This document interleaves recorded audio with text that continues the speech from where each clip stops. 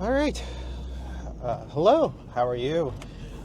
We are on the way to the gym for full body day 2. Uh, Need to come up with better names than full body day 1 and day 2. But yeah, looking forward to today. As always, today is a tough day probably. Yeah.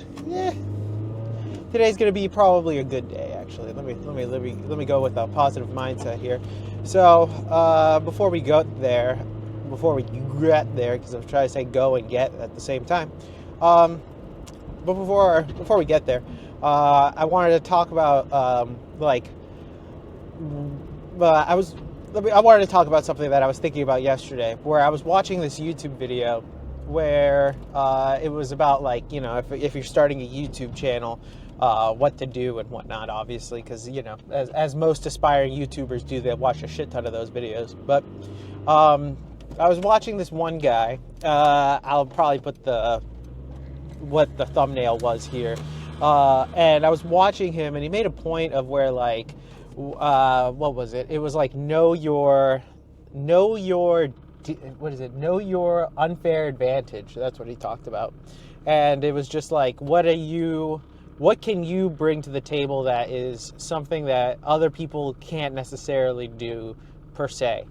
And I was thinking about that because I was like, fuck, what could I do? I mean, vlogging content is not anything special. So I think the only thing that there's a couple of things, but one of the two things that I can think of, there's three, but I'm thinking about it now. But the first is the fact that I've only really been like, I would say this is my second year of training, first year of fully actually knowing what I'm doing training. So I have some experience in the past from like training, but it wasn't like optimized, or even like, it was all right. The thing was, I was beating up my body for like a couple years. Then I took a long break between 2020 and 2022, and then afterwards, until 2022 is when I started in March. And then for the first year, it was just getting back into the flow of things. And then afterwards, I had messed up my quad around like August of last year, and that threw off a lot of lower body stuff. So, but now, as of March, since I came back from a vacation in India, ever since I came back from that, I've been focusing on my own program that I created, and it is purely for bodybuilding. So I want to see, my unfair advantage in this is that I'm basically a novice when it comes to doing these bodybuilding style, or a bodybuilding program. And because I'm a novice, in theory, I should have, I should still have newbie gains that are coming. And also, my adaptability is still good. So, you know, most YouTubers you see now are either intermediates or advanced people, so you don't really see much changes in their physique as time progresses. And I think that's where I have the advantage, where I don't have much experience. So having not a lot of experience is the tactical advantage for me, because then, you know, as time progresses, you will probably be able to see all the changes that this type of programming and whatnot can do for the body. And yeah, it might make that training might be slightly like samey, which is going to happen because it's been the same since March. Literally, there have been like little changes here and there, but relatively the same. But I have gone up in strength. Well, strength is a completely different pursuit, but I have gone up in weight. So there's that lifting weight, I should say. Another advantage that I have, well, I guess it's not advantage, but slightly different aspect of it that is also, that might give me an unfair advantage, is that I'm also older, I should say. I'm 30 right now. I'm going to turn 31 in about 2 months. So because of that, it's also the idea that you're getting a perspective of somebody that's not only a newbie, quote unquote, but as well, they are also older. So, you know, seeing what could happen when combining both an older newbie can kind of be an interesting ride, to say the least, because as well, there are others that have had, you know, like other advanced people or advanced other advanced naturals, or even intermediate naturals, are a lot younger than 30 per se. But then, or they're around my age, but they're already advanced. So you don't really see like the progress to get to where they are per se now. You know, you don't see the beginning years, quote unquote. You might, but you're only going to see like what they show you, obviously. So that's why I think this is a kind of a great advantage to that entire aspect to it. So I was thinking about that. I was like, oh yeah, those two things are factors. And then I realized a third one too, but this one has less to do with external. What is it?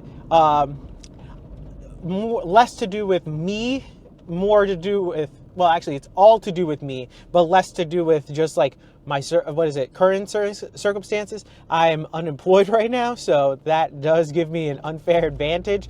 But I don't want to be unemployed, so that's more of a that's just like a slight temporal, hopefully, advantage. Because right now all I've been doing is just focusing on going to the gym, and now I'm making making content, I should say. So yeah, that's it though. That's all I got going on when it comes to like that little advantage. But that one could leave me soon, you know. So there's that.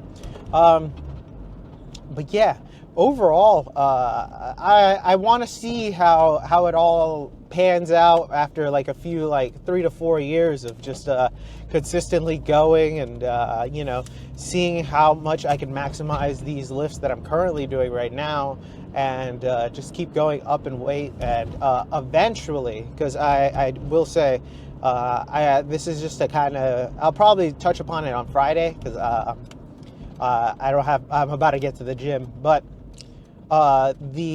my current goals in terms of body composition, because currently I am in a cut, but I'm in a very slow dwindling cut where I want to get to 180 pounds, and right now I'm still on track to reach that goal about my birthday week. So I'm looking forward to that. But also I'll get into the nitty gritty as to why and all that other stuff. And but another factor to it, which I'll say an unfair advantage, is that I haven't done my first bulk yet. So that'll also be a very interesting thing to see, especially because it combine it with newbie gains. It'll be, you know, all over the place. It'll be, who knows, actually, it'll probably be great. So, but with that being said, we'll see how this goes, and I'm gonna record today. Hopefully, don't get too many people watching me just like talk to myself, because that's basically what I'm doing. But yeah, I'll see you inside. So the first exercise of day 2 is decline bench. Now, the reason why I do decline bench over incline bench, which I originally was doing at the beginning of this program, was because I basically have a scar on my chest that's kind of deep. It runs very deep, and because of the fact that it runs so deep, it actually affects my chest, like my upper chest, and it hurts. I didn't have this problem before because I used to have a lot of fat around there, but then I got small enough where it actually became a problem. I might try to do upper chest eventually just to see how it goes, but I just moved on to the decline variation. I do enjoy it. I do like the lower pec development from it. So next up is hack squats. I go pretty high volume on these because I just want to get as much volume as I can on the quads, since I've had quad issues in the past. Not too much weight, but slowly working my way up from that because of said quad issues. Try to go as low as I can. The squat shoes have helped me get a little lower than I normally could. I try to pause it sometimes at the bottom, but sometimes it does not work out as much as I would like it to.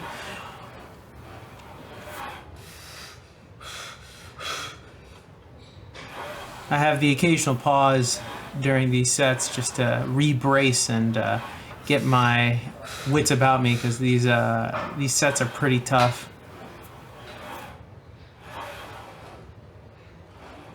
The gym is super quiet because something happened to the music, so there's no music on these days, and it's kind of weird. Here I am, super exhausted after that. So this is the hardest superset or giant set of the entire week, I would say.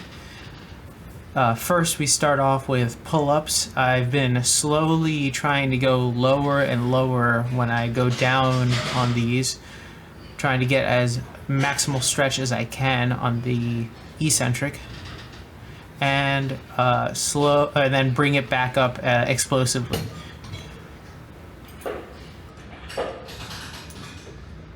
I'm a big fan of pull-ups, mostly because I have had a horrible back for a long time. You still like have a hunchback from years of terrible posture. So I like the way this feels, and it stretches out my back in a very nice way. Plus, who doesn't want a nice big back? And pull-ups are the key for that. Then afterwards, I take a little moment and begin the next portion of the giant set, which is dips. I've gotten now to the end range of these that I can do 10 now, so I'm thinking about adding a weight now as well, just a small weight, probably like a 5-pound or something along those lines.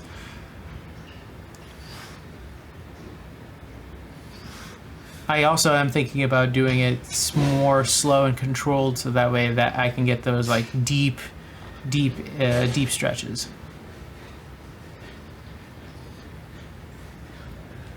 Then the final of the three are knee raises. Slight variation on the leg raises that I normally do on Mondays and Fridays, or on day 1 and day 3.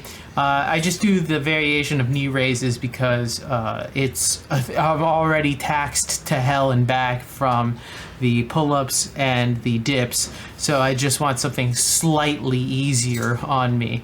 Although I do as many reps as I do leg raises of these, and I try to control the legs coming down.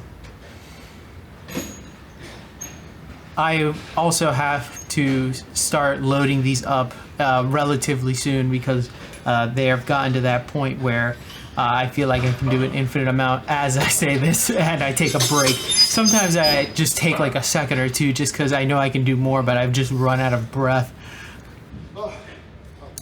My cardiovascular endurance on these have gone way up. I used to be barely able to do these 3 back to back to back, but now I can do them while still taxing and tiring. I can do them. Cardio has helped immensely in that fashion as well. Here I am taking a moment just to live. After that hard-ass giant set, big enjoyer of spider curls immediately after. I usually superset these with power shrugs using a machine, but the machine was being taken, so I just ended up doing just the spider curls by themselves.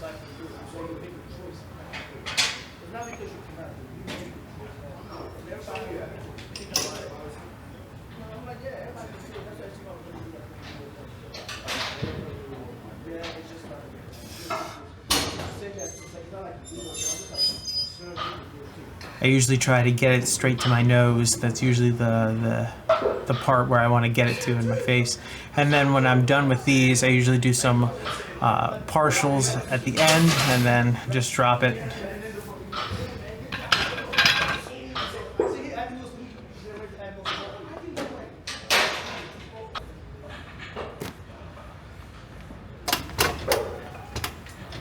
I think I like pushing up the weight and realizing it's the wrong weight. So here I fixed this up, and then I'm like, okay, I'm at the right spot now. On these days, this day in particular, I should say, I like to point my toes outward and then point my toes inward. So I do 2 sets of outward pointing toes and then inward pointing toes, just to change up the stimulus a little bit. I still hate this machine. One day I'll probably go to the other gym to show you the calf machine that they have, which is amazing. I will never stop raving about it. And then same thing as always, superset this with Pronation curls. I had a moment there. I completely forgot what it was called, and I was like, oh my god. And then I had to like do massive amount of research, aka just look back into my old files to remember what the hell it was called. But yes, forearm development work. Always key to train your forearms as much as possible. I have thought about changing these out, or possibly changing up the forearms, the forearm workouts that I do during these days. Maybe do something a little different. I have a bar at home that I'm thinking about bringing, so that way I can do those curls where you have it like the arms extended and it's for like the wrists, so you can I don't know how it's called. I'll probably put a picture up of it. I don't know what I forgot what exactly it's called, but like I know that Iron Mind sells the bar with the rope attachment, so you can put like weights at the end of it, and then you can curl it up and down.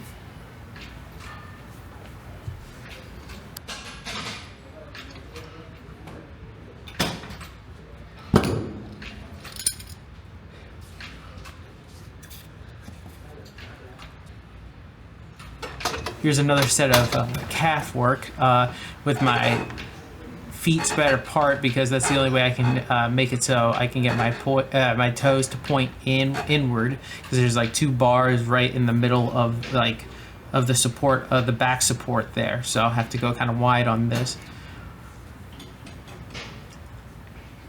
Don't love calf work. I really don't like it, honestly. It's kind of boring most of the time, and this machine hurts my back, but has to be done. I don't like skipping it or getting rid of something like that, even though it's boring or whatever. I find it incomplete. And then of course supersetted with rising curls.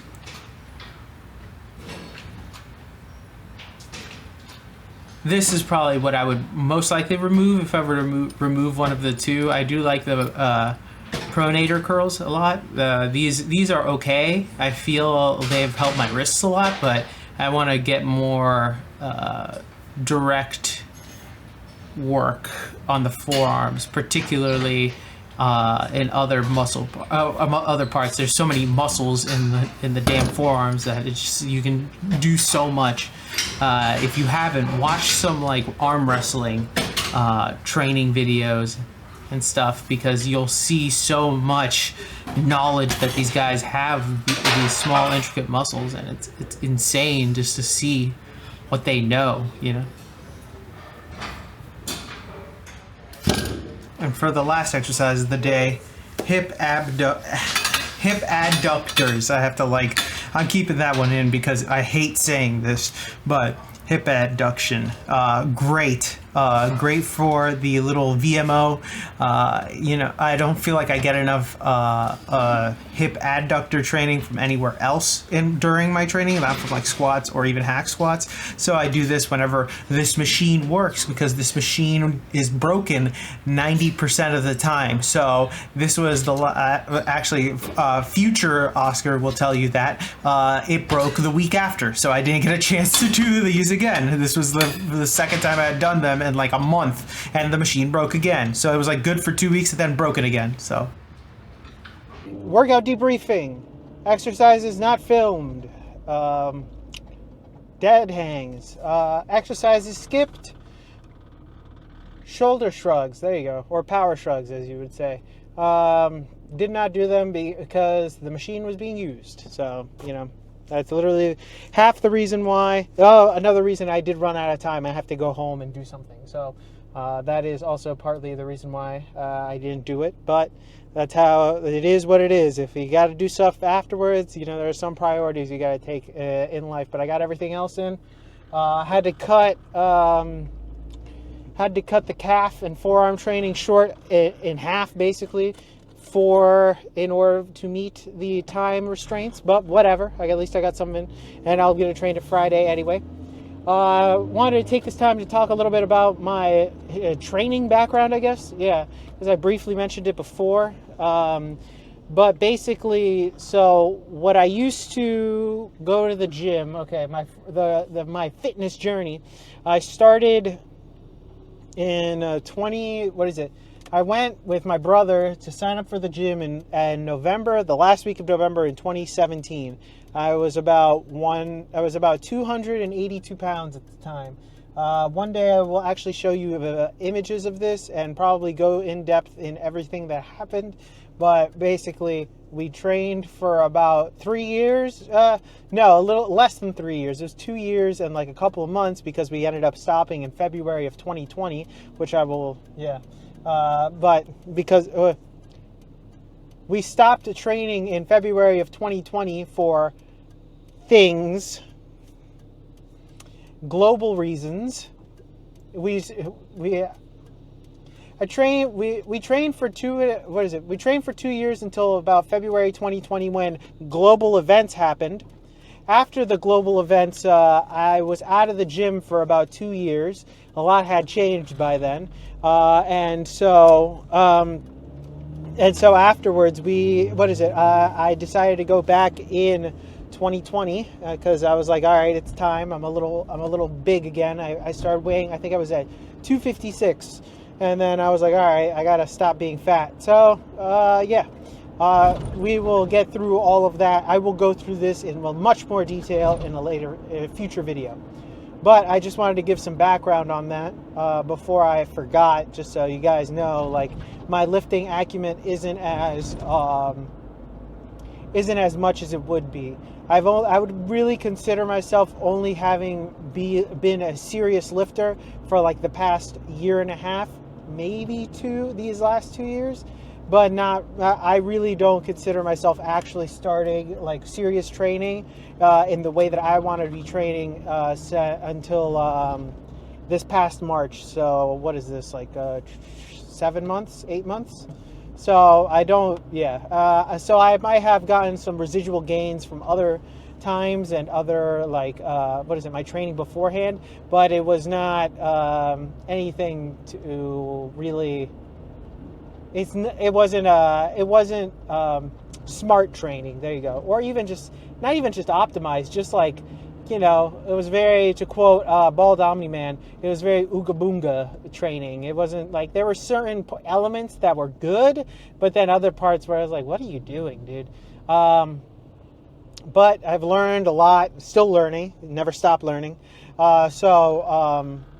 And I now feel like I've optimized it to the best I can for now.